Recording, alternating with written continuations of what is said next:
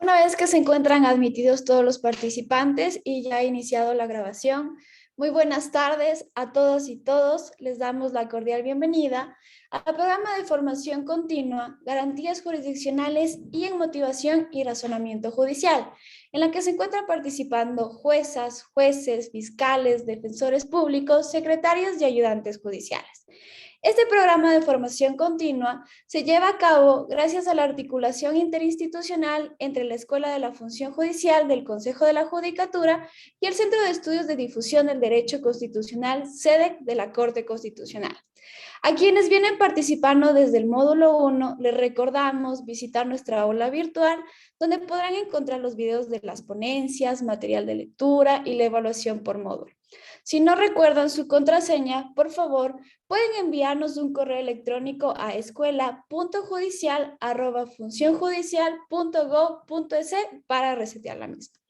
Antes de iniciar con el presente despliegue académico, me permito realizar las siguientes recomendaciones. Cada participante debe ingresar a la plataforma Zoom con su nombre y su apellido. Por favor, solicitamos evitar el uso de sobrenombres. Con la finalidad de registrar su asistencia, en la sección del chat podrán encontrar el link de registro al presente despliegue académico. Por favor, deben hacer clic y completar los datos solicitados. Les recordamos a todos que este es el único medio con el que se puede verificar su asistencia al presente evento. Es importante mantener encendidas sus cámaras, ya que esto se considerará para la entrega del certificado. Los micrófonos, por favor, solicitamos que se encuentren en silencio para evitar interferencias. Para las preguntas del día de hoy, se las debe plantear únicamente por escrito. Por favor, pueden enviarnos sus preguntas al siguiente correo electrónico: lady.dorado@cce.gov.es. Le recordamos que sus preguntas serán respondidas al finalizar la ponencia de nuestra expositora. Se enviará en el chat del correo electrónico el correo por el que pueden remitirnos sus preguntas. Para iniciar con esta actividad académica, damos la bienvenida a la doctora Ana Paula Chávez San. Ella es abogada por la Universidad San Francisco de Quito, es especialista superior en Derecho Procesal por la Universidad Andina Simón Bolívar y en la actualidad se desempeña como asesora de despacho de la Corte Constitucional del Ecuador. A continuación, cedo la palabra a la doctora Ana Paula Chávez, quien esta tarde abordará una temática muy importante referente a las medidas cautelares constitucionales, antecedentes, naturaleza y características, objeto, competencia, presupuestos de procedibilidad, legitimación activa, legitimación pasiva, tipología y procedimiento, dentro del programa de formación continua en garantías jurisdiccionales y en motivación y razonamiento judicial. Doctora, por favor, puede dar inicio con su ponencia. Muchísimas gracias, Diana, y muchísimas gracias al SEDEC y a la Escuela de la Función Judicial. Me parece maravilloso que se hagan este tipo de eventos y que podamos conversar de los temas procesales que son tan importantes Así que les agradezco muchísimo por la invitación y espero que sea de utilidad lo que tengo para compartirles del día de hoy. Me voy a permitir compartir la pantalla para la presentación PowerPoint que les he preparado. Si me permiten un segundo.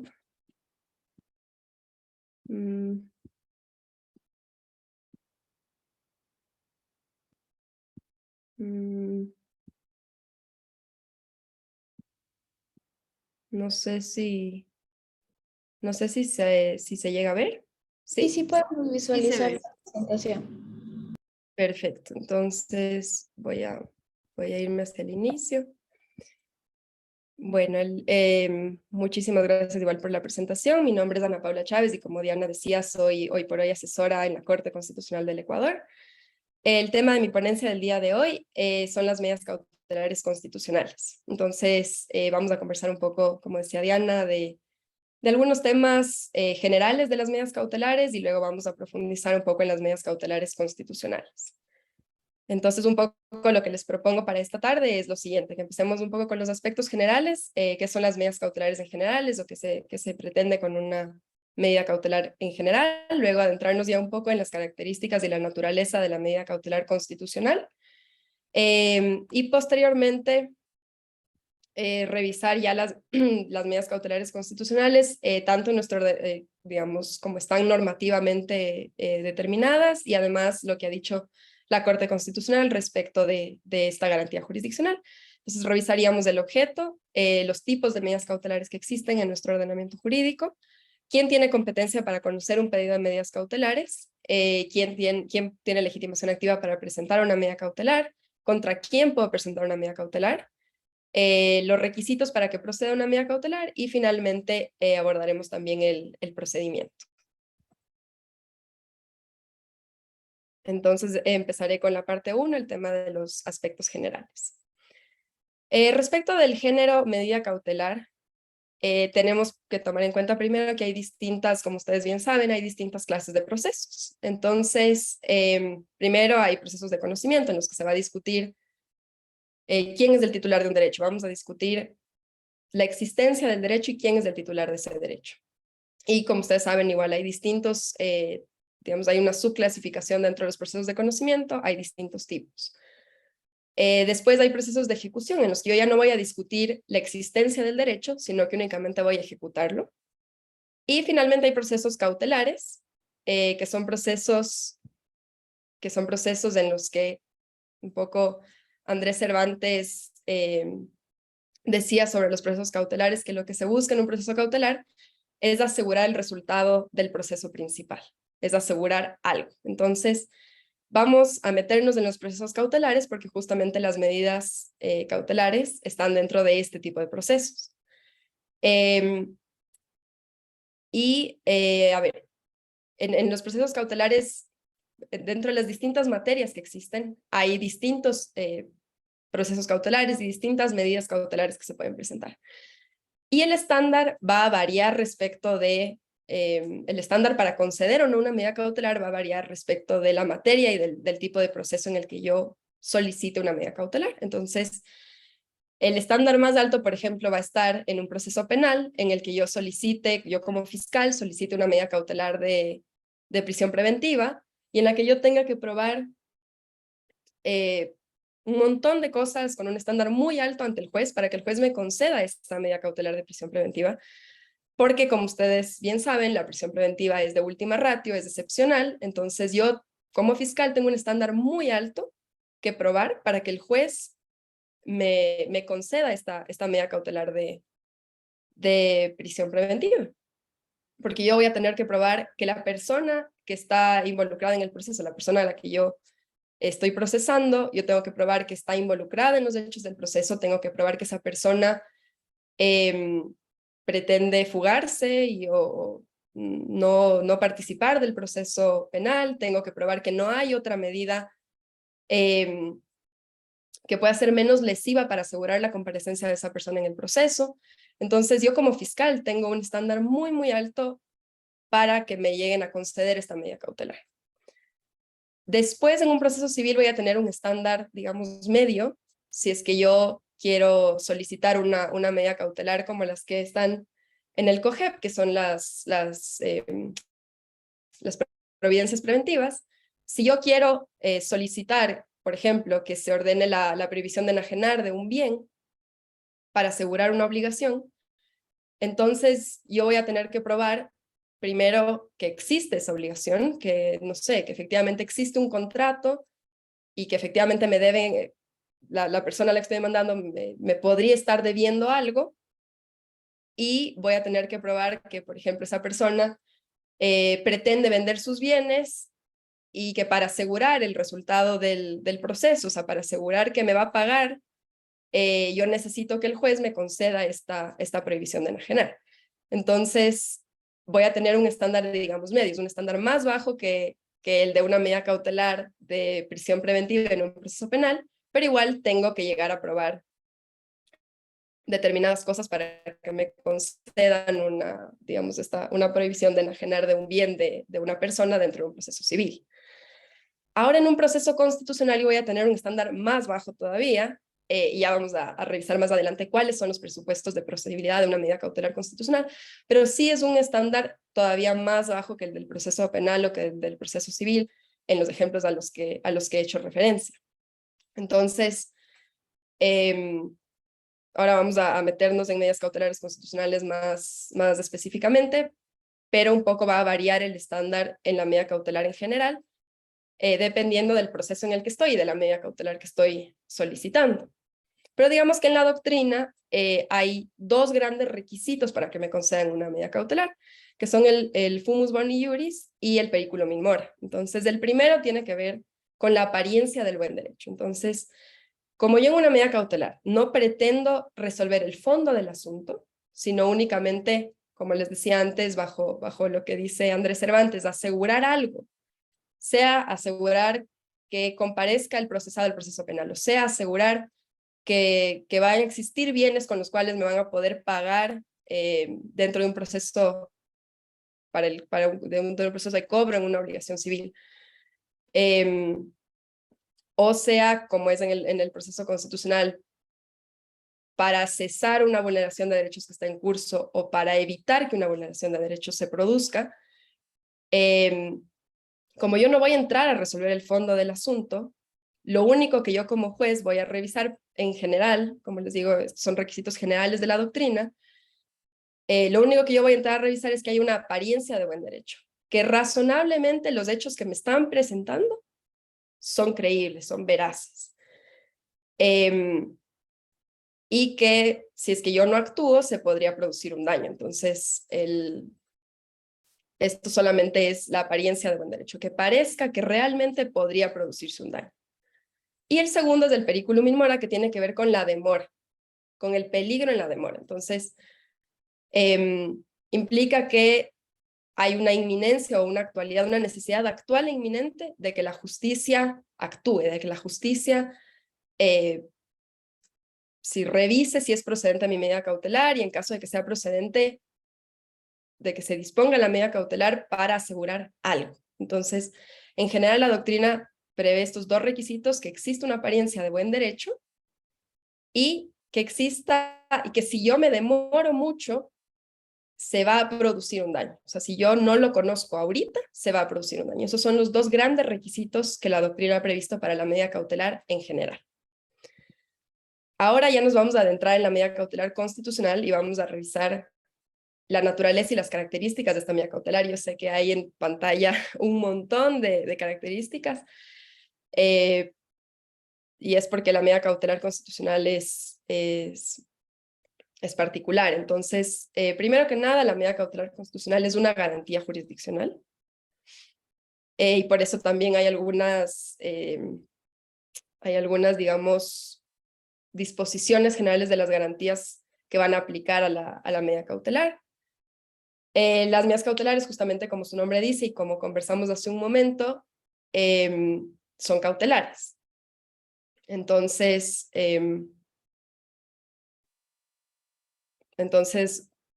bueno, no se resuelven en procesos de conocimiento, sino en procesos cautelares, en los que yo busco asegurar algo, busco asegurar el resultado del proceso.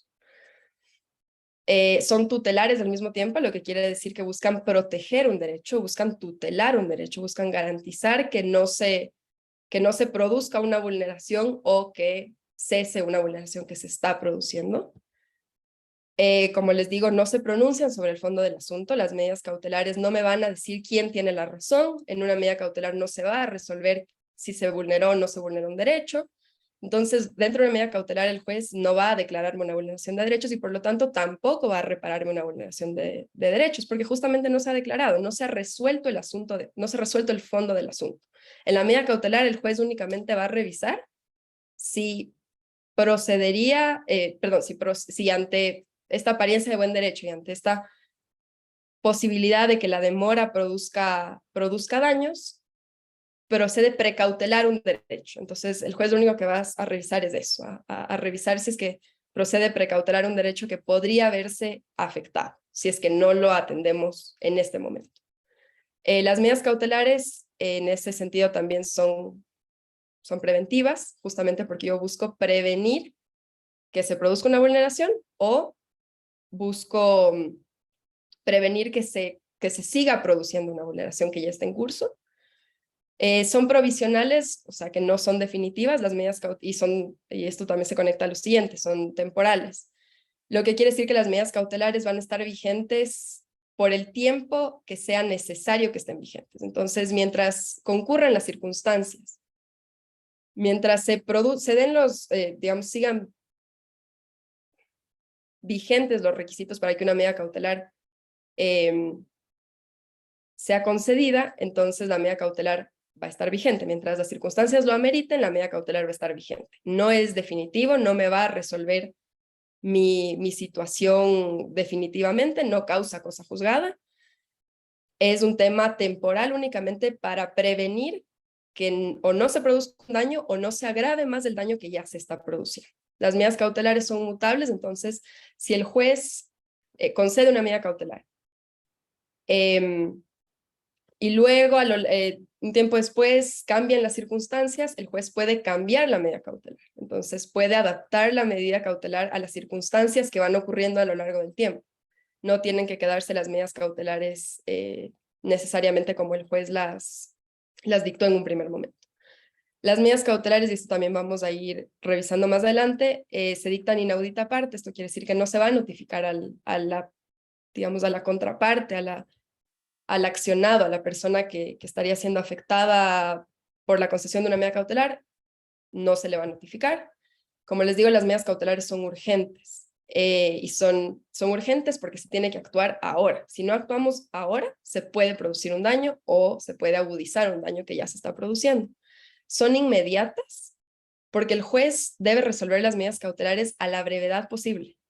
Apenas conoce el pedido de medidas cautelares del juez, debe ya darles trámite y darles resolución a las medidas cautelares. Y finalmente, las medidas cautelares no implican un prejuzgamiento y tampoco son prueba para un proceso futuro. Entonces, el hecho de que a mí me hayan concedido una medida cautelar no me asegura que cuando se conozca el fondo de mi caso, a mí me van a dar la razón y me van a declarar una vulneración de derechos. No. Puede suceder que me concedan una medida cautelar y que posteriormente, cuando el juez conoce el fondo del caso, no se declara una vulneración de derechos, o puede suceder lo contrario, que no se conceda una medida cautelar y que luego el juez, cuando ya revisa el proceso entero y las pruebas, más bien determina que sí se había producido una vulneración de derechos. Entonces, la medida cautelar es cautelar, lo que busca es proteger. Entonces, por eso no implica un prejuzgamiento el hecho de que me hayan negado o me hayan concedido una medida cautelar, no, digamos, no va a asegurar el resultado de mi proceso. El hecho el resultado de mi proceso no va a depender del resultado de mi medida cautelar. Como les digo, tampoco te sirve como prueba. Entonces, si yo presento una medida cautelar y luego le digo al juez y luego presento otro proceso y digo, pero el juez a mí me otorgó esta medida cautelar, por lo tanto, eso quiere decir que soy titular del derecho, que se vulneraron derechos en mi caso, no funcionan como prueba las medidas cautelares. Esta es un poco una visión general de lo que es las características de la naturaleza de una medida cautelar constitucional. Y ahora nos vamos a ir ya a la parte 2, que ya son los presupuestos de las medidas cautelares constitucionales. Entonces ya vamos a meternos un poco a explicar, digamos, de forma más específica todo lo que les he dicho anteriormente. El objeto de las medidas cautelares está descrito en el artículo 87 de la Constitución y está también en los artículos 6 y 26 de la Ley Orgánica de Garantías Jurisdiccionales. El artículo 87 de la Constitución nos dice que se pueden ordenar medidas cautelares de forma conjunta o independientemente de las garantías constitucionales para evitar o hacer cesar la violación o amenaza de un derecho. Y la Corte en varias sentencias también nos ha dicho cuál es el objeto de las medidas cautelares. Entonces, aquí las medidas cautelares tienen dos objetos o dos finalidades distintas.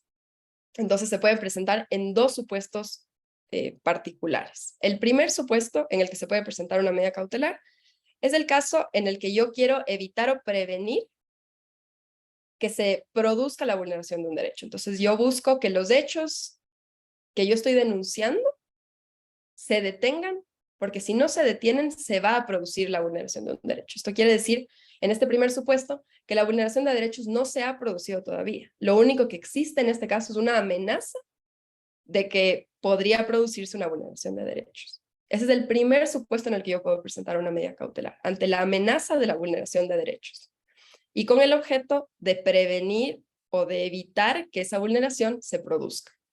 El segundo supuesto en el que yo puedo presentar una medida cautelar constitucional es el caso en el que ya se está produciendo una vulneración de derechos y yo quiero cesar esa vulneración, quiero detener la vulneración porque quiero evitar que se produzcan daños más graves. Entonces, en este segundo supuesto, ya se está, se está produciendo una vulneración de derechos, hay una vulneración de derechos en curso, pero todavía, digamos, no se ha consumado del todo esa vulneración. ¿A qué me refiero? El primer supuesto que les planteé implica que yo presente una medida cautelar antes de que se produzca una vulneración de derechos. El segundo supuesto implica que yo puedo presentar una medida cautelar durante la vulneración de un derecho. Pero yo no puedo presentar una medida cautelar después de la vulneración de un derecho. O sea, sí, solamente la puedo presentar antes de que se produzca una vulneración o mientras se está produciendo una vulneración. Porque si ya se produjo la vulneración y ya no está en curso en este momento, entonces lo que procede es que yo presente otra garantía jurisdiccional, esta vez de conocimiento, en el que me puedan resolver el fondo de mi caso. Entonces la medida cautelar nos va a servir, como les digo, es algo urgente, es para resolver algo ahorita. No es para hacer todo un proceso y determinar si tengo la razón o no, es algo urgente. Entonces, por eso es algo urgente, porque yo quiero evitar que pase algo más grave o que pase algo grave. Entonces, por eso solamente se puede presentar la medida cautelar en estos dos supuestos. Y con esto mismo, vamos a la tipología de las medidas cautelares. Las medidas cautelares, cuando yo quiero evitar que se produzca la vulneración de un derecho, cuando estoy ante la amenaza de que se produzca la vulneración de un derecho, yo voy a presentar una medida cautelar autónoma. Esto quiere decir que voy a presentar una medida cautelar independiente de las garantías del resto de garantías jurisdiccionales. Voy a presentar una medida cautelar solita. En el caso de que yo lo que quiero es evitar o cesar la transgresión de un derecho que en este momento está sucediendo, yo lo que voy a hacer es presentar una medida cautelar conjunta. Es decir, voy a presentar la medida cautelar más otra garantía jurisdiccional. Nosotros estamos acostumbrados a que la garantía jurisdiccional con la que se presentan las medidas cautelares usualmente es la acción de protección. Entonces, es lo que más se ve, una acción de protección con medida cautelar o en conjunto con una medida cautelar. Pero realmente se puede presentar una medida cautelar en conjunto con cualquier garantía jurisdiccional. Les he puesto en la diapositiva, excepto con la acción extraordinaria de protección. No me voy a meter mucho en ese tema porque es objeto de la ponencia de la próxima semana, pero exceptuando la acción extraordinaria de protección, yo voy a poder presentar mi medida cautelar conjunta con cualquier garantía jurisdiccional, con la garantía jurisdiccional que corresponda en mi caso. Entonces yo puedo presentar una medida cautelar con una acción con un habeas corpus, con un habeas data, y sí, puedo presentarla con cualquier garantía. Y algo muy importante que está en la sentencia que igual está en pantalla, que es la 364-16-CEP-CC. Esto es algo súper importante porque la Corte Constitucional, en varias sentencias, y como ustedes igual bien sabrán, lo que busca es que los jueces no sean pasivos, o sea, justamente que los jueces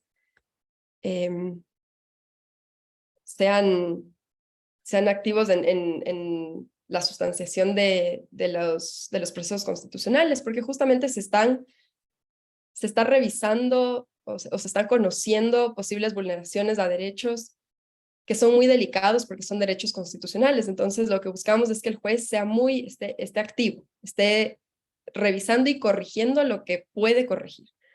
Entonces, si un juez, justamente por el principio de formalidad condicionada, por el iura no curia, lo que buscamos es que el juez, digamos, pueda corregir los errores de derecho en los que han incurrido las partes.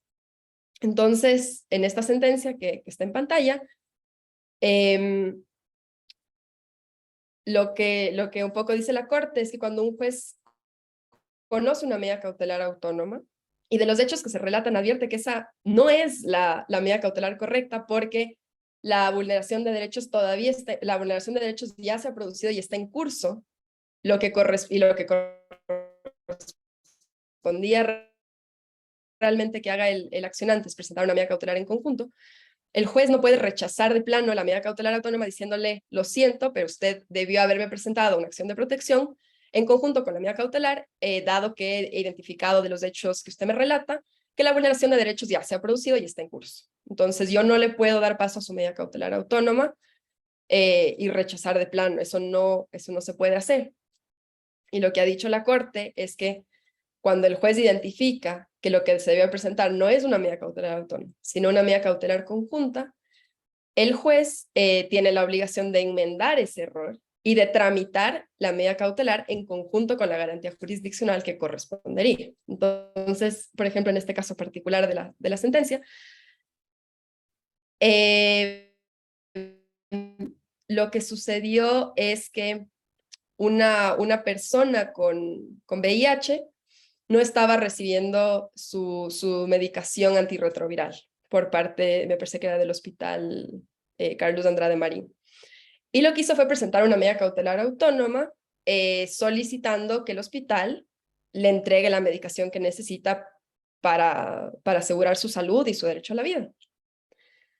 Y como les digo, lo que sucedió en este caso es que la jueza de instancia recibió la petición de medidas cautelares y dijo, lo siento señor, pero su pedido debía ser tramitado en conjunto con otra garantía jurisdiccional, porque yo veo que aquí la vulneración de derechos, dado que no le han entregado los medicamentos, yo veo aquí que la vulneración de derechos ya se ha producido y que está en curso, por lo tanto no puedo tramitar su pedido. Entonces lo que dijo la Corte es eso no puede suceder. El juez tiene la potestad y tiene la obligación de enmendar estos errores de derecho en los que ha incurrido la parte, porque cuando el juez rechaza de plano una garantía de medidas cautelares autónoma, porque se debió haber presentado en conjunto, lo que está haciendo el juez es trasladarle a la parte, trasladarle al ciudadano la carga de conocer el objeto de todas las garantías jurisdiccionales.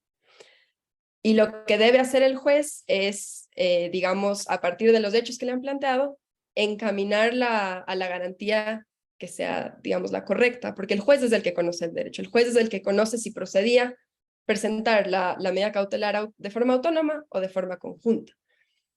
Y el juez tiene que trabajar a partir de los hechos que le ha presentado la parte. Entonces, en este caso, lo que la Corte dijo es que el juez debe transformar la garantía. Ahora, respecto de la competencia, el artículo 32 de la Ley Orgánica de Garantías Jurisdiccionales señala que se puede interponer una petición de medidas cautelares ante cualquier jueza o juez, y que si hay más de un juez se deberá proceder al sorteo correspondiente para determinar quién es la autoridad que debe conocer la medida cautelar. Como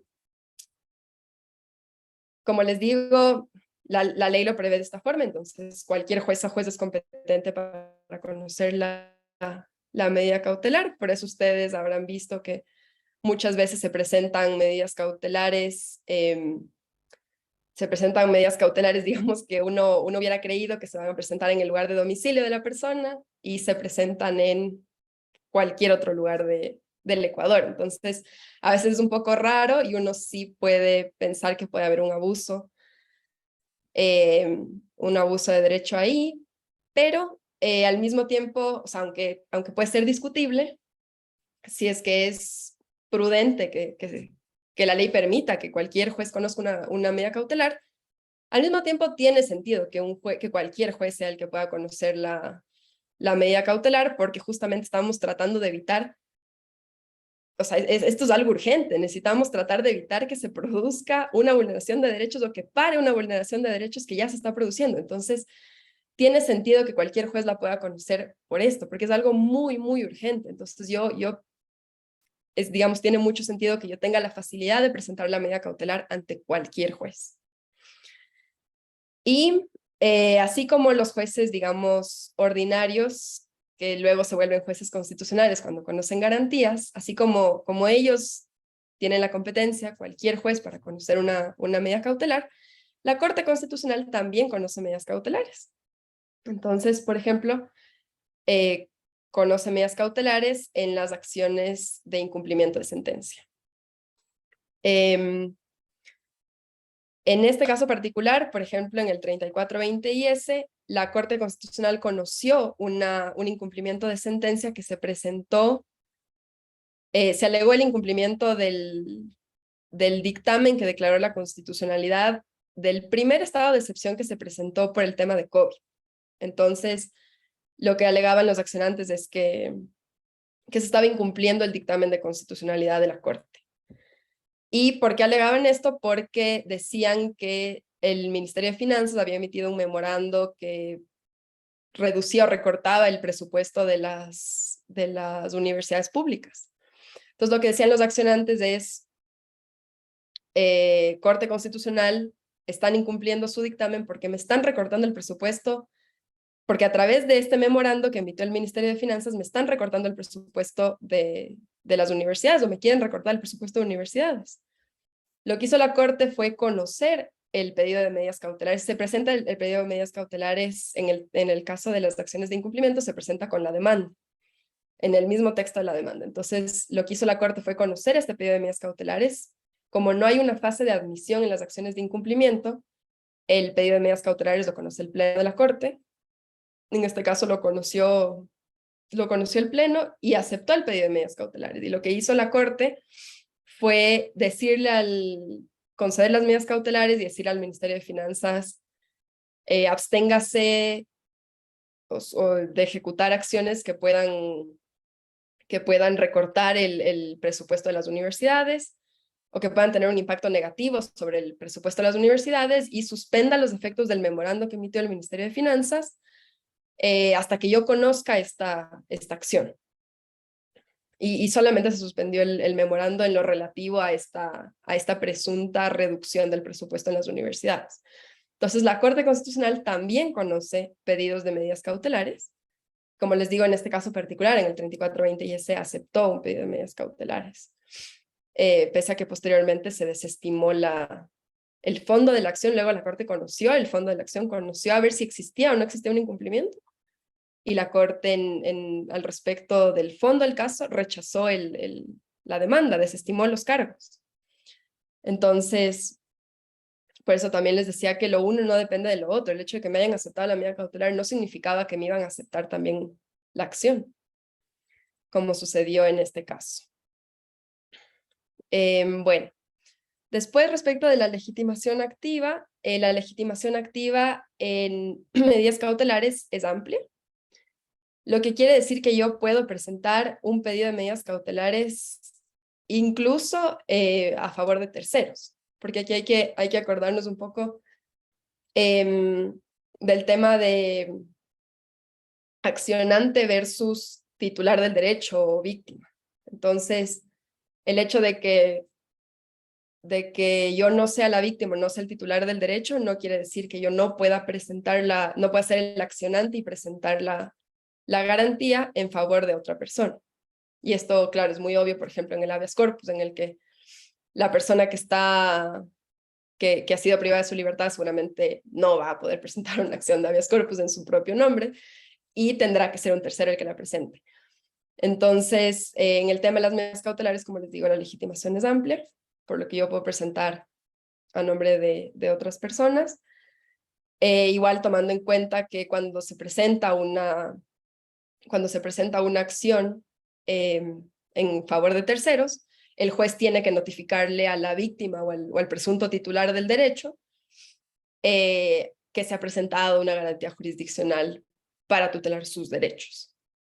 Y claro, la víctima o el titular de los derechos también puede, por ejemplo, hasta desistir de la acción y comparecer y todo el tema. Entonces hay que tomar en cuenta igual el artículo 11 de la ley, que prevé que se le notifique. Ahora, volviendo un poco más ya a la legitimación, el artículo 86 de la Constitución, el artículo 9 de la Ley Orgánica, se refieren a la legitimación activa en garantías jurisdiccionales en general, y prevén que cualquier persona, grupo de personas, comunidad, pueblo o nacionalidad, presente una una garantía jurisdiccional. Esto es, como les digo, en general. El artículo 9 prevé que también el defensor del pueblo o la defensoría del pueblo por las atribuciones que tienen y el objeto de la institución, presente también una garantía jurisdiccional. Entonces, en el caso de las medidas cautelares, cualquier persona, grupo de personas, comunidad, pueblo, nacionalidad y el defensor del pueblo podrían presentar una medida cautelar. Cuando nos referimos a cualquier persona, me refiero a personas naturales, me refiero también a personas jurídicas. Entonces, personas jurídicas de derecho privado y de derecho público, en teoría, pueden presentar también un pedido de medidas cautelares. Ahorita vamos a irnos hacia personas jurídicas de derecho público un poco más específicamente.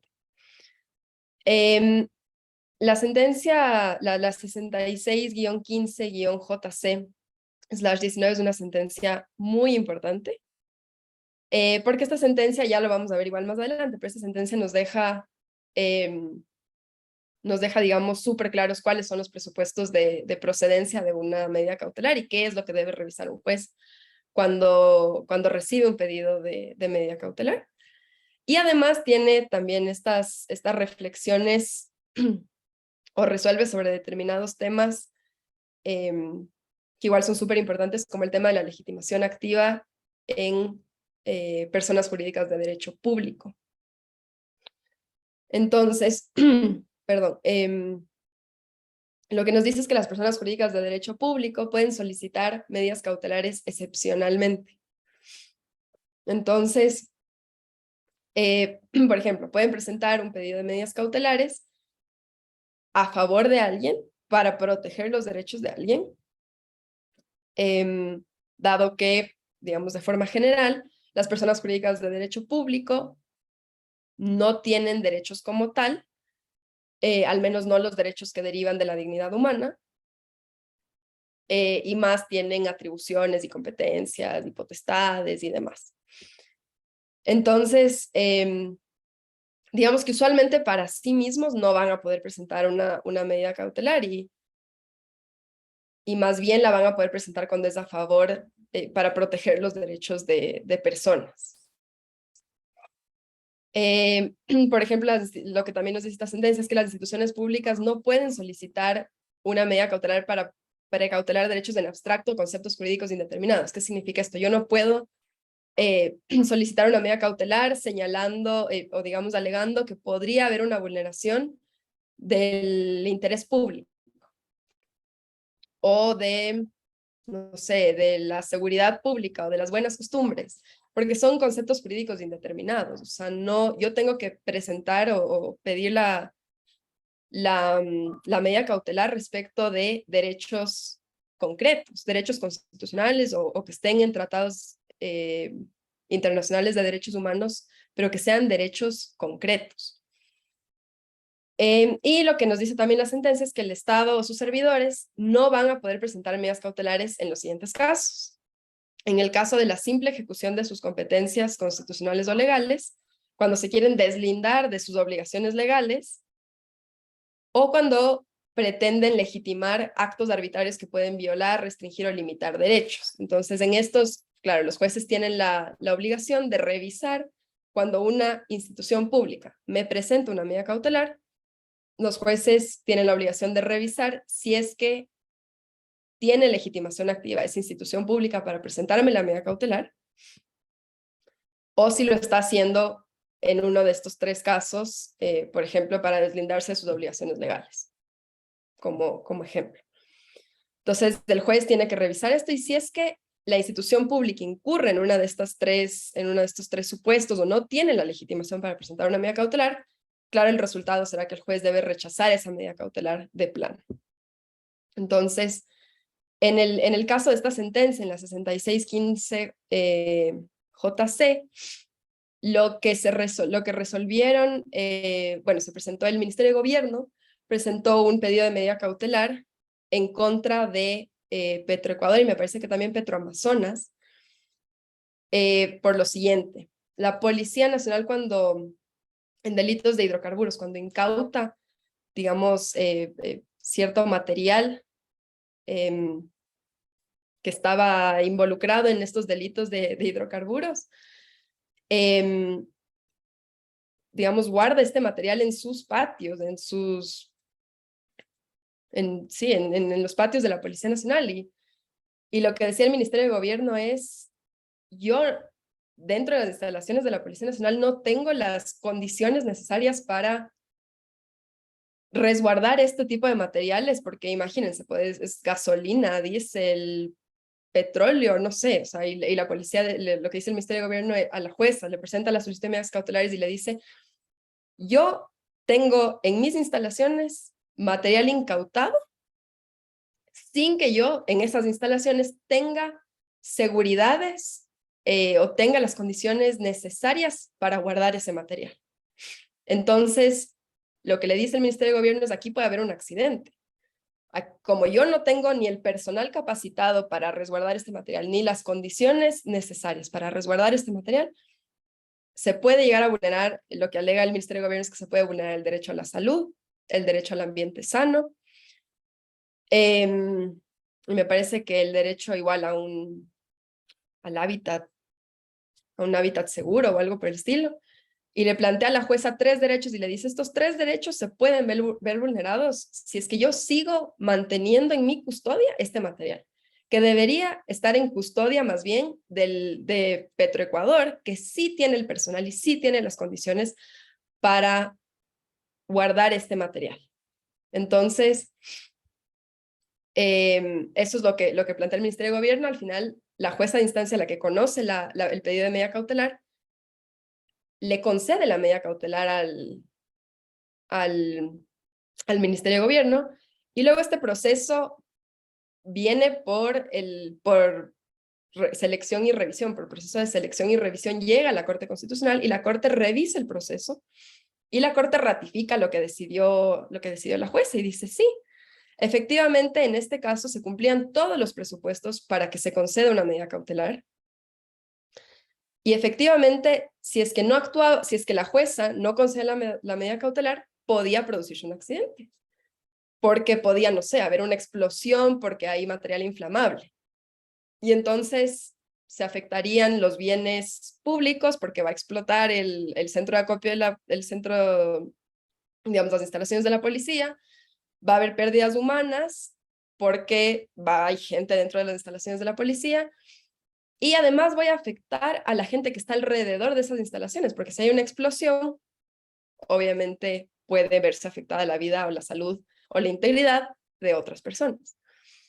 Entonces, lo que hace la Corte es decir, ratificar lo que dijo la jueza, decir efectivamente se producían todos los presupuestos para que proceda una medida cautelar, y lo que hace la Corte es revisar en este caso la legitimación activa de las instituciones públicas, dado que en este caso la que presentó la medida cautelar era el Ministerio de Gobierno. Y otro caso importante en el tema de la legitimación activa de instituciones públicas desde el 1616 JC/20. Este es un caso en el que el que presenta la medida cautelar es el Ministerio de Salud Pública y la presenta en contra de prestadores de servicios de diálisis. Cuando el Ministerio de Salud Pública deriva a sus pacientes a estos centros de diálisis, digamos, el Ministerio presenta la medida cautelar autónoma en contra de algunos de estos centros de prestación de servicio de diálisis a los que deriva a sus pacientes. ¿Por qué presenta el Ministerio de Salud Pública esta medida cautelar? Porque estos centros de prestación de servicio de diálisis le avisaron a las personas que recibían el tratamiento de diálisis, que son personas con insuficiencia renal, les dijeron, bueno, hasta tal fecha les vamos a prestar servicios, a partir de esa fecha en adelante ya no les vamos a prestar el servicio, porque el Ministerio de Salud Pública no nos ha pagado lo que nos debe durante, me parece que eran 5 meses, por lo tanto, ya no pueden contar con nosotros para el servicio. Estas personas con insuficiencia renal le reportaron esto al Ministerio de Salud Pública, y el Ministerio de Salud Pública lo que hizo fue presentar el pedido de medida cautelar autónoma, señalando que había o sea, que podía producirse una afectación tanto al derecho a la salud como al derecho a la vida de las personas que tienen insuficiencia renal, si es que no reciben el servicio, el tratamiento de diálisis que necesitan. Y dado que los centros de diálisis han señalado que no les van a prestar más del servicio a partir de X fecha, se puede producir aquí un daño muy grave. La jueza que conoce la medida cautelar también concede la medida cautelar en este caso, y la Corte Constitucional, este caso también vino a través del proceso de selección y revisión a la Corte Constitucional. Y lo que hace la Corte en este caso es igual ratificar que sí procedía la concesión de la medida cautelar, y da igual un poco algunas pautas en el tema de la legitimación activa. Y es que lo que dice la Corte es que el hecho de que el Ministerio de Salud Pública haya presentado la medida cautelar no implica que la jueza no pueda también dictar medidas en contra del Ministerio de Salud Pública. Entonces, lo que dice la Corte es cuando el juez recibe la medida cautelar de una institución pública y esta institución también tiene responsabilidad respecto de la amenaza o de la vulneración de derechos que está en curso, cuando también tiene responsabilidad el accionante, la institución accionante, lo que debe hacer el juez es pasarle la legitimación activa a la Defensoría del Pueblo, que ahora la Defensoría del Pueblo asuma la legitimación activa, y dictar medidas, y que parte de las medidas cautelares también sean dictadas en contra de la institución que era la accionante. Entonces, ¿por qué pasa eso en este caso? Porque el Ministerio de Salud Pública presenta la medida cautelar diciendo los centros de diálisis no quieren prestar servicios a las personas a las que yo derivo. ¿Qué dicen los centros de diálisis? El Ministerio de Salud Pública no me pagan, no les puedo prestar servicios. Y el Ministerio de Salud Pública contesta, el Ministerio de Finanzas no me asigna los recursos, no les puedo pagar porque no me asignan los recursos, qué pena. Entonces, ¿qué es lo que dice la Corte?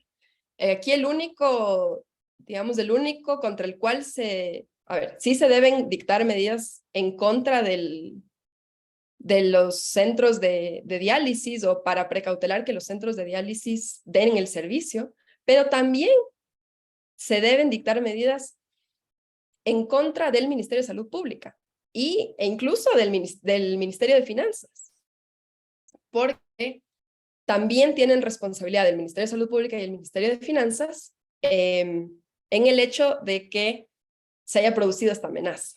No es que solamente los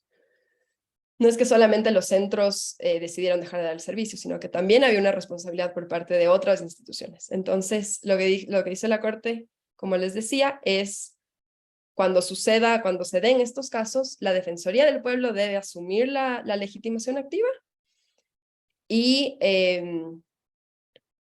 se pueden dictar medidas en contra incluso del propio accionante. En cuanto a la legitimación pasiva, se pueden presentar las medidas cautelares tanto contra sujetos de derecho público como de derecho privado. Creo que en cuanto a presentar las medidas en contra de sujetos de derecho público no hay demasiadas, digamos, consideraciones que hacer.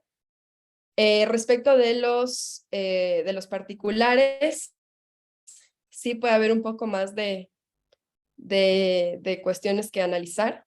La misma sentencia que les decía de las personas 20, en esa sentencia justamente se presentó la medida cautelar en contra de particulares, que eran estos centros de diálisis, y la Corte dice en ese caso que es posible presentar la medida cautelar en contra de particulares. En este caso eran particulares que prestaban servicios públicos impropios, entonces procedía a presentar la medida cautelar, procedía a que se presente en contra de ellos la medida cautelar. Y también en estos casos, Andrés Cervantes, igual que les comentaba al principio de la presentación, él señala que cuando se trata de particulares, solo se debería presentar las medidas cautelares en contra de los mismos particulares contra los que puedo presentar la acción de protección. El artículo 41 de la Ley Orgánica de Garantías Jurisdiccionales me dice contra qué particulares puedo presentar la acción de protección. Y lo que plantea Andrés Cervantes es que las medidas cautelares solo se deberían poder presentar ante o contra los mismos particulares contra los que puedo presentar la acción de protección. Entonces, son pues, los que prestan servicios públicos impropios, cuando se provoca un daño grave, cuando hay una situación de subordinación e indefensión, o sea, solamente contra los particulares que están en el 41 de la ley orgánica, solo contra esos debería poder presentar una medida cautelar y no contra cualquier particular,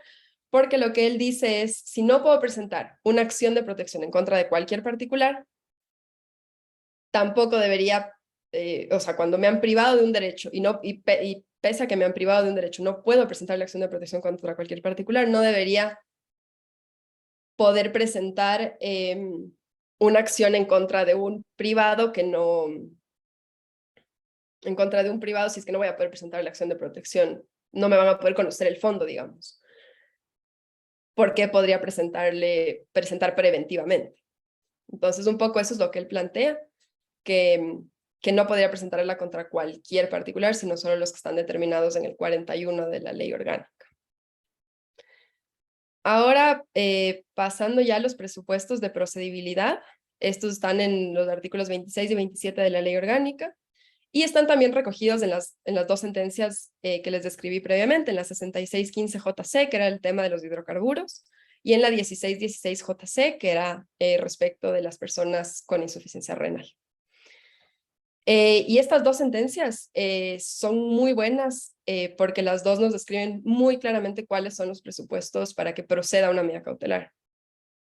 Y nos plantean 4 presupuestos. El primero es hechos creíbles o verosimilitud, que es justamente lo que hablábamos al principio. Es el tema de que exista una apariencia de buen derecho.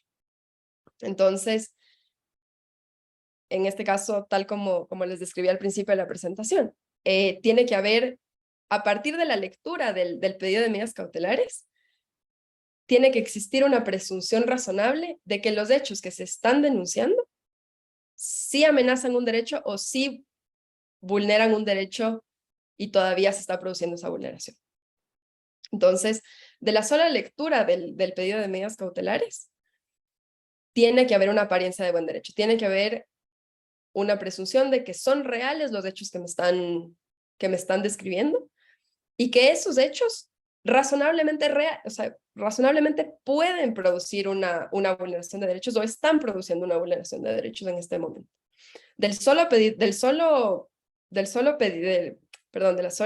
petición de la medida cautelar, de la sola lectura de esa petición, yo ya debería identificar si es que hay o no hay una apariencia de buen derecho. Porque en el procedimiento de medidas cautelares constitucionales no se requiere la presentación de pruebas.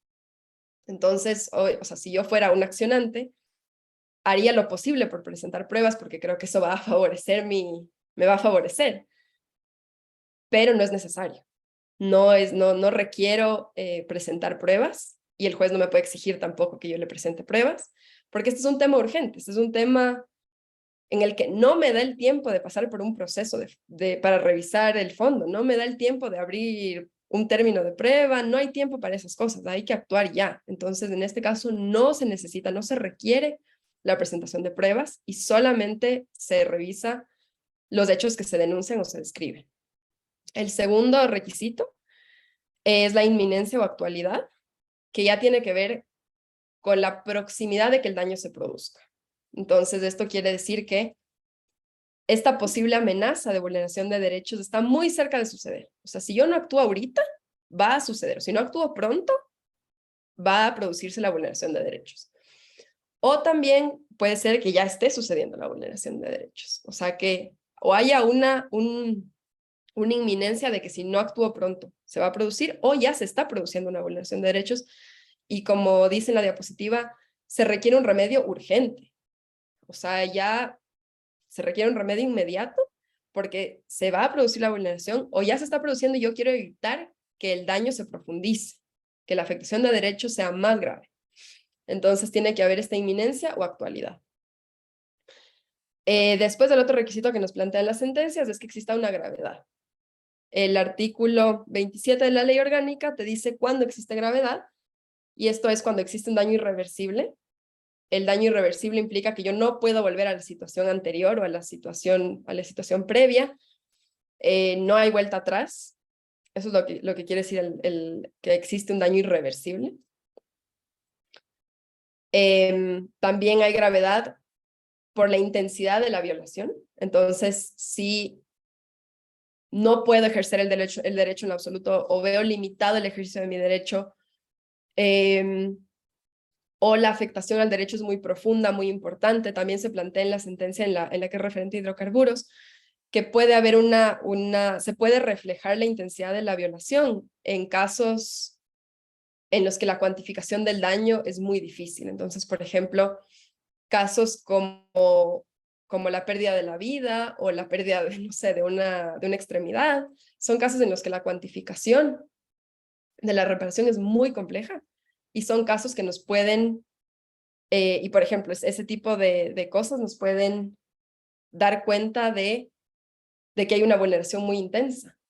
O sea, si lo que está en juego es vivir o no vivir, como el caso, por ejemplo, de las personas que requerían el tratamiento de diálisis, y el centro de diálisis me dice no le voy a dar el tratamiento, tengo en juego un derecho tan importante como la vida, y se va a producir, y si es que no me dan el tratamiento, como enfermo de diálisis, probablemente voy a fallecer. Es tan difícil de cuantificar un daño de esa magnitud, que eso nos puede dar cuenta de la intensidad de la vulneración que se está produciendo. Y el otro es la frecuencia de la violación, que tiene que ver con que exista, por ejemplo, un patrón de vulneración. Entonces, que es muy usual que se vulnere, o sea, o que se produzca determinada vulneración, se da muy seguido, hay un patrón.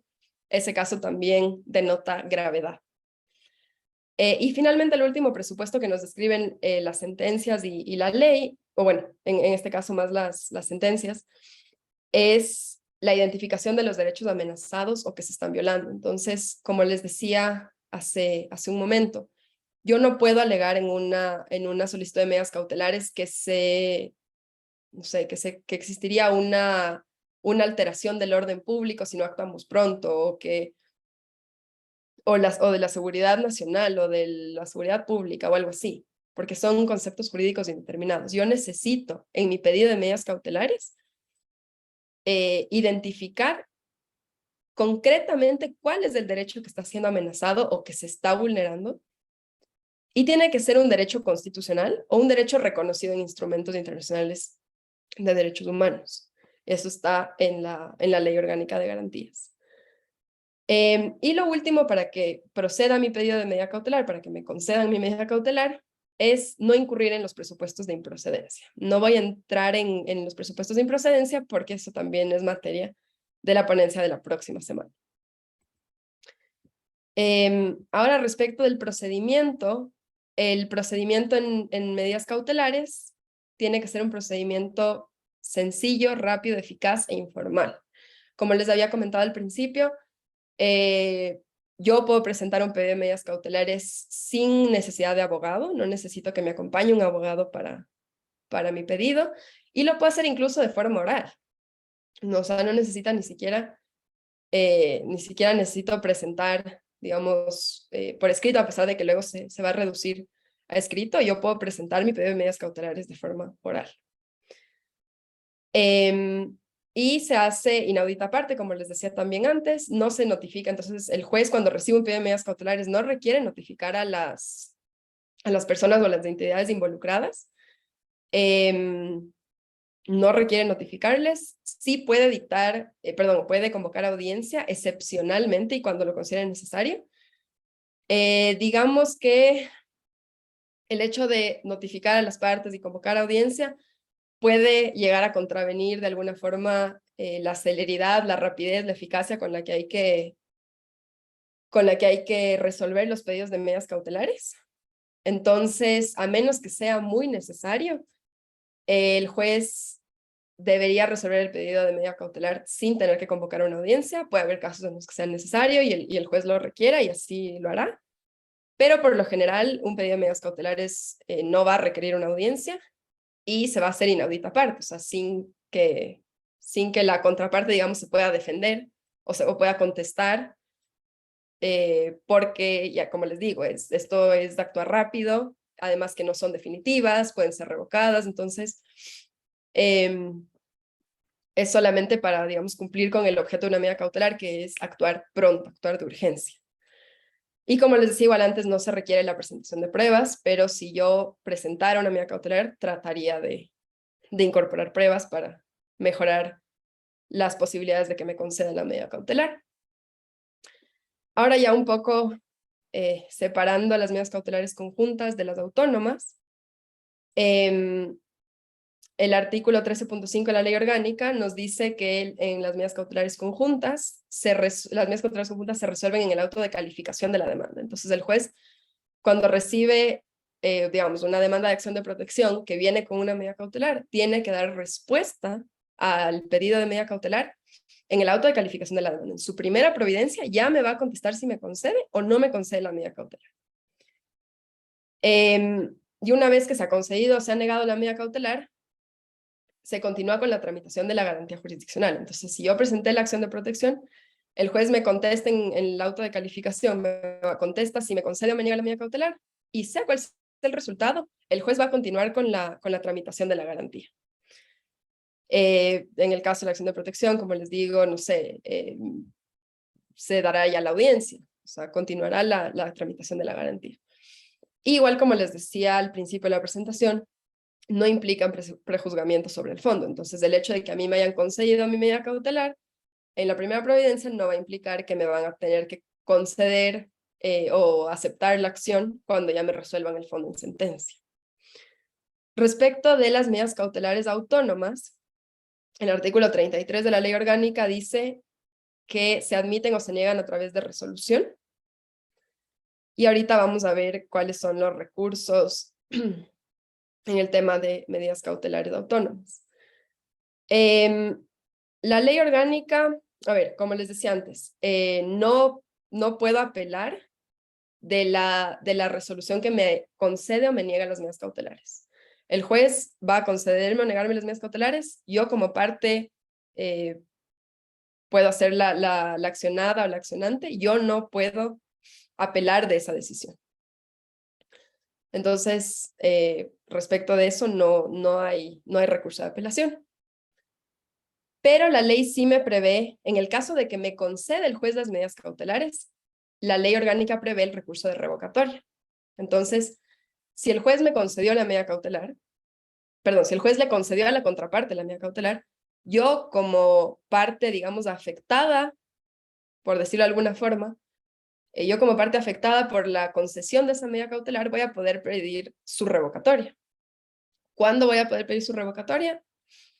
En caso en que se haya evitado o interrumpido la violación de derechos, es decir, en caso de que ya se haya cumplido la finalidad de la medida cautelar. O sea, yo ya evité que se produzca la vulneración o yo ya interrumpí la vulneración. En ese caso, procede la revocatoria de la medida cautelar. También en el caso de que hayan cesado los requisitos previstos en la ley. Por ejemplo, cuando se presentó, digamos, la medida cautelar, el momento en el que se presentó la medida cautelar, sí había inminencia. O sea, teníamos que actuar pronto porque se podía producir una vulneración de derechos próximamente. Entonces, digamos que en el momento en el que me concedieron la medida cautelar, sí había inminencia. Pero posteriormente cesó ese presupuesto de procedibilidad y en el momento actual no existe inminencia de que se produzca una vulneración de derechos, es un mero temor. También procederá la revocatoria de la medida cautelar. Y cuando se demuestre que la medida cautelar nunca tuvo fundamentos, o sea, que realmente no se cumplían los requisitos de la medida cautelar, el juez la concedió porque ante la apariencia del buen derecho y la concedió para resguardar el derecho que se había invocado. Pero digamos que la parte afectada logra probar que realmente nunca se dieron esos presupuestos. También procederá la revocatoria de la medida cautelar. Y la revocatoria se puede presentar en cualquier momento. Entonces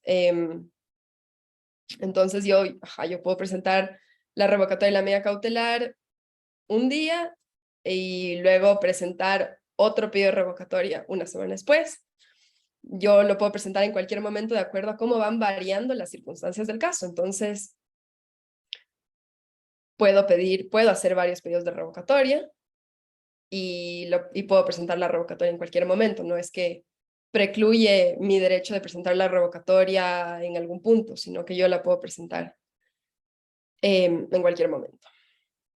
¿Cuándo procede la apelación? Procede en un caso particular. En el caso en el que el juez concede el pedido de medidas cautelares. El accionado pide la revocatoria de esa concesión de las medidas cautelares. Y le niegan al accionado el pedido de revocatoria. En ese caso, la parte accionada puede presentar un recurso de apelación, que lo va a conocer el superior, para que se revise la negativa de la revocatoria, digamos. Solo en ese caso cabe el recurso de apelación. Me conceden la revocatoria, me conceden la medida cautelar. Se pide revocatoria de la medida cautelar. Se niega la revocatoria de la medida cautelar. En ese caso yo puedo presentar una apelación respecto de la negativa de la revocatoria. No hay otro caso en el que yo pueda presentar la apelación.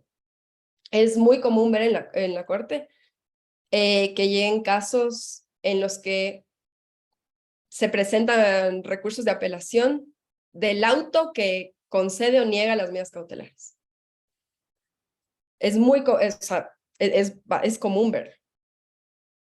Y ya les digo, hay casos en los que los jueces sí conceden el recurso de apelación, alegando que se vulneraría el derecho a recurrir si es que no se concede el recurso de apelación respecto del auto que concede o niega las medidas cautelares. Pero ese recurso no está previsto en la ley. La ley no prevé que uno pueda apelar del auto que concede o niega medidas cautelares. Solo prevé que se pueda apelar del auto que niega la revocatoria de la medida cautelar una vez que ésta ha sido concedida. Entonces ahí hay que tener mucho ojo porque solamente en un caso particular está prevista la apelación en la Ley Orgánica de Garantías. Y sí se han resuelto algunos casos en los que justamente se han aceptado recursos de apelación cuando no cabían. En uno de esos casos, me parece que es 196014-P, lo único que hizo la Corte finalmente me parece que hacer un llamado de atención al juez. No recuerdo si también notificó al Consejo de la Judicatura, porque se estaba concediendo un recurso que no existía en la ley. Y recientemente se abrió también respecto de otro caso que todavía no tiene sentencia, entonces por eso no les podría dar mayor información, pero respecto de un caso, recientemente igual se abrió un incidente para revisar justamente los hechos que ocurrieron dentro de un proceso en el que se aceptó un recurso de apelación cuando no cabía una medida cautelar. La Corte estaba justo en revisión de ese caso, que estimo que saldrá próximamente. Pero sí hay que tener muchísimo cuidado con la concesión de recursos cuando se trata de medidas cautelares, porque, como les digo, se puede incurrir en errores muy, muy graves. Cuando se concede un recurso de apelación que no está previsto, es un tema muy grave y hay que estar muy atentos de cuándo la ley prevé el recurso de apelación. Y finalmente, en el tema de la ejecución, la autoridad, digamos, que está llamada a garantizar el cumplimiento de la medida cautelar que ha concedido es el propio juez. Entonces, si yo, como juez, concedí una medida cautelar, yo mismo soy el encargado de garantizar su cumplimiento y de revisar que las partes estén cumpliendo, de supervisar, así como puedo llamar excepcionalmente a una audiencia o convocar excepcionalmente a una audiencia cuando me presentan una solicitud de medida cautelar. También puedo convocar a audiencia tanto para revisar si procede la revocatoria de una medida cautelar, como para revisar o dar seguimiento al cumplimiento de la medida cautelar. Entonces, el juez es el que debe encargarse, el propio juez es el que debe encargarse de la ejecución de su medida cautelar. Y y sí, y el juez es el que debe sancionar el incumplimiento de la medida cautelar. Y aquí es importante igual señalar que así como los jueces tienen facultades correctivas y coercitivas para hacer cumplir sus decisiones, tienen las mismas facultades para hacer cumplir las medidas cautelares que dictan. Entonces los jueces sí tienen también un poco que empoderarse en este tema tienen que empoderarse para poder hacer cumplir sus decisiones. Algo que me imagino, no sé si ya fue objeto de alguna ponencia o será objeto de una ponencia en el futuro, pero a la Corte nos llegan muchas acciones de incumplimiento que nos envían jueces que han hecho ningún esfuerzo, un esfuerzo mínimo por hacer cumplir sus decisiones y lo que quieren es que la Corte les dé, digamos, revisando si está cumpliéndose o no la decisión, pero no hacen realmente un esfuerzo por hacer cumplir la decisión, no se empoderan y no utilizan las facultades que determina la ley para que puedan hacer cumplir sus propias decisiones. Y lo que sí les diría es que hagan uso de esas herramientas y que se preocupen porque se cumplan las medidas cautelares que han dictado. Tampoco me referí en este caso al contenido que debe tener un auto o una resolución de medidas cautelares, porque eso también va a ser objeto de la ponencia de la próxima semana. Pero un poco para cerrar con el procedimiento, esto es lo que pasaría con la ejecución. El propio juez es el que tiene que empoderarse y hacer cumplir sus propias decisiones con los elementos que están, con, digamos, las herramientas que la ley le da.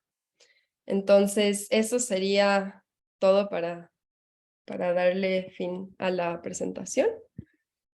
Y sí, ahora estoy abierta para contestar igual cualquier pregunta que exista. Muchas gracias. Muchísimas gracias, doctora Ana Paula Chávez, por su explicación sobre las medidas cautelares constitucionales, sus características, la legitimación activa, pasiva y su procedimiento. Les recordamos a nuestros participantes que en la sección del chat podrán encontrar el link de registro de asistencia al presente despliegue académico. Por favor, deben hacer clic y completar los datos solicitados. A continuación, vamos a leer las preguntas que han sido enviadas al correo electrónico y serán respondidas por nuestra ponente del día de hoy, la doctora Ana Paula Chávez. La primera pregunta, doctora, es la siguiente. ¿Pueden intervenir terceros con interés o amicus curiae en las medidas cautelares? Sí podrían intervenir, así como puede intervenir un tercero con interés o un amicus en otros procesos de garantías jurisdiccionales. En el caso de las medidas cautelares igual, podrían participar. El amicus lo que busca es, digamos, dotarle de elementos al juez, o en caso de que sea una corte o sala, busca dotarle de elementos para mejor resolver la causa. Y el tercero ya tiene un interés más personal, digamos, en la resolución del caso. Y considero que podrían, no me parece que exista ninguna restricción para que un amicus o un tercero puedan participar del proceso de medidas cautelares. La siguiente pregunta es, ¿se puede volver a presentar una medida cautelar autónoma? En el caso de las medidas cautelares autónomas, sí es un poco discutible, digamos, el tema de si se puede volver a presentar. Hay que tener en cuenta, digamos, dos cosas. A ver, como les decía igual en la presentación, las medidas cautelares, ni las autónomas ni las conjuntas, las medidas cautelares en general no son definitivas, no causan cosa juzgada, no me van a resolver el fondo del asunto. Y por ese mismo motivo, sí, justamente no va a existir un pronunciamiento sobre el fondo, no va a haber cosa juzgada, por eso no son definitivas. Y por eso en teoría yo podría volver a presentar un pedido de medidas cautelares en varias ocasiones, las veces que se requiera. O sea, si me niegan un pedido de medidas cautelares, en teoría yo podría volver a presentar otro porque no causa cosa juzgada el previo. Ahora sí existen, y la Corte ha tomado también la postura de que las medidas cautelares no son definitivas y que yo puedo volver a presentar medidas cautelares. Y por eso igual va a ser tema de la ponencia la próxima semana, el tema de cuándo puedo presentar una medida cautelar, cuándo puedo presentar o si puedo o no puedo presentar una acción extraordinaria de protección respecto de una medida cautelar.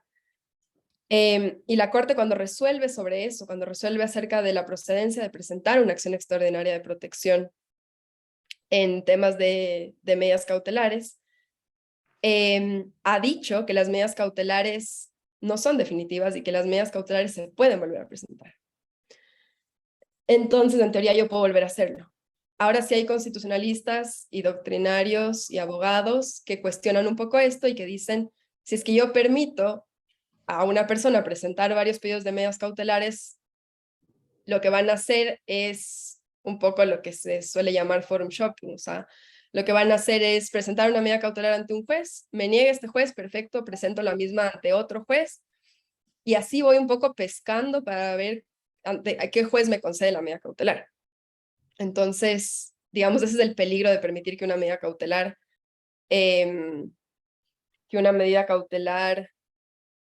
permitir que una medida cautelar pueda ser presentada en varias ocasiones.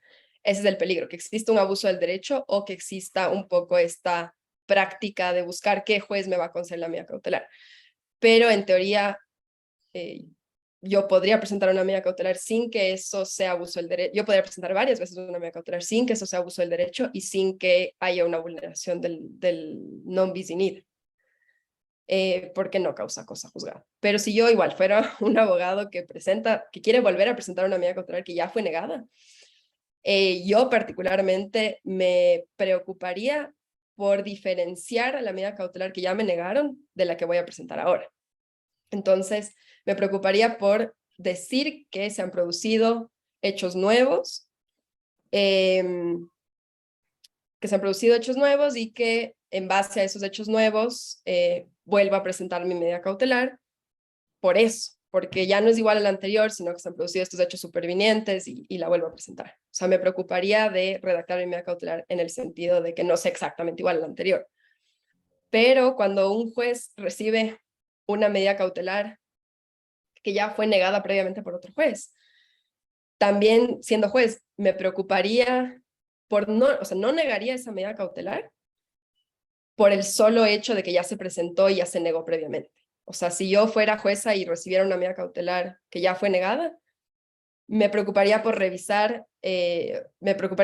volver a revisar que no se presenten los requisitos, porque me parece un poco riesgoso negar por el solo hecho de que ya se presentó previamente. Entonces, eso respecto de esa pregunta. Bueno, al no existir más preguntas sobre esta temática, agradecemos a la doctora Ana Paula Chávez por su ponencia del día de hoy y a todos ustedes por su participación. Nos permitimos recordarles que deberán estar pendientes de su correo electrónico, medio por el cual les remitiremos toda la información relevante al presente curso. Les esperamos el próximo miércoles 29 de junio para poder continuar con esta temática referente a las medidas cautelares constitucionales, donde abordaremos y contestaremos las siguientes interrogantes. ¿Qué debe y qué no debe contener una resolución de medidas cautelares? También hablaremos sobre su estructura, motivación, medidas y cuáles son sus casos de improcedencia. Para la Escuela de la Función Judicial, es gratificante contar con su participación en todos los despliegues gratuitos que ofrecemos para la comunidad jurídica del país. Les invitamos a visitar nuestras redes sociales en Facebook y Twitter, donde podrán encontrarnos como Escuela Judicial EC. Y de igual manera, les invitamos a visitar las redes sociales del CEDEC, del Centro de Estudios de Difusión del Derecho Constitucional, donde podrán encontrar mayor información sobre temas relevantes sobre el derecho constitucional. Principalmente tenemos una campaña de videos informativos que es referente al CEDEC Explica, donde abordamos temas tan importantes como los precedentes constitucionales. Muchísimas gracias por su participación, que tengan un excelente excelente resto de la tarde. Nos volveremos a encontrar el próximo miércoles 29 de junio para poder continuar con este programa. Hasta luego y muchísimas gracias a todos. Muchas gracias.